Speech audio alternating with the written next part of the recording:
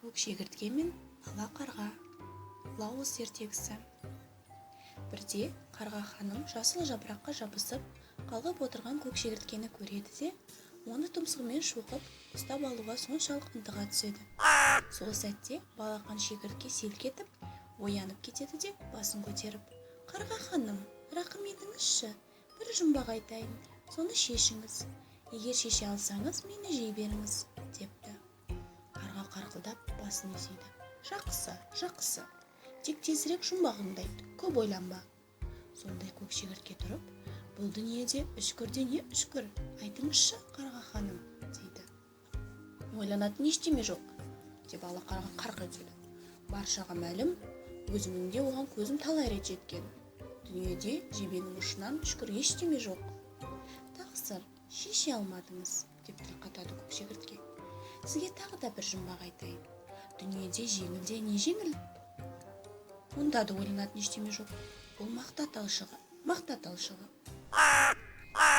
Тағы да шеше алмадыңыз, мәртебелі ханым қарға.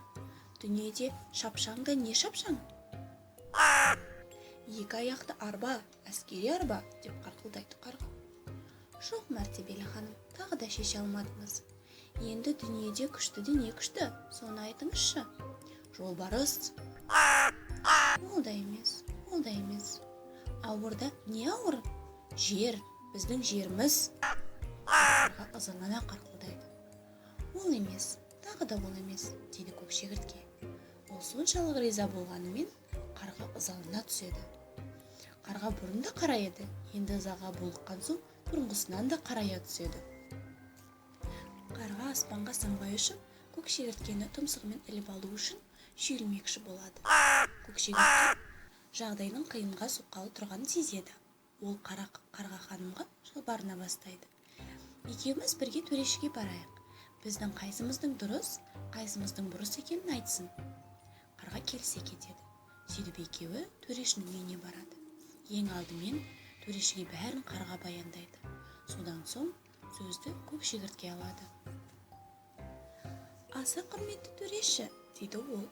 "Қарға мені ұстап жеп қойғысы келді.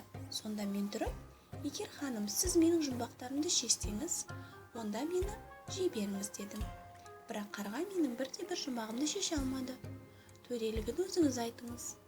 Дүниедегі ең үшкір парасат, жеңілдің жеңілі таза ар, шапшаңы ой, күштінің күштісі абзалдық, ауырдың ауыры жауыздың жүрегі. Мәртебелі мырза, қайсымыздың әділ екенімізді айырып беруін өтінемін." Төреші ойланып тұрып басын шайқайды. "Балақай көк шегіртке әділ, барлық жағдайда әділ, ал сіз, ханым қарға, ұтылдыңыз" дейді. Осыдан кейін олар тарқасыпты. Бірақ содан бері қарға көк шегіртке қас дұшпан болады. Көзіне көрінсе ақ, қарға көк шегірткені қылып қойғысы келеді.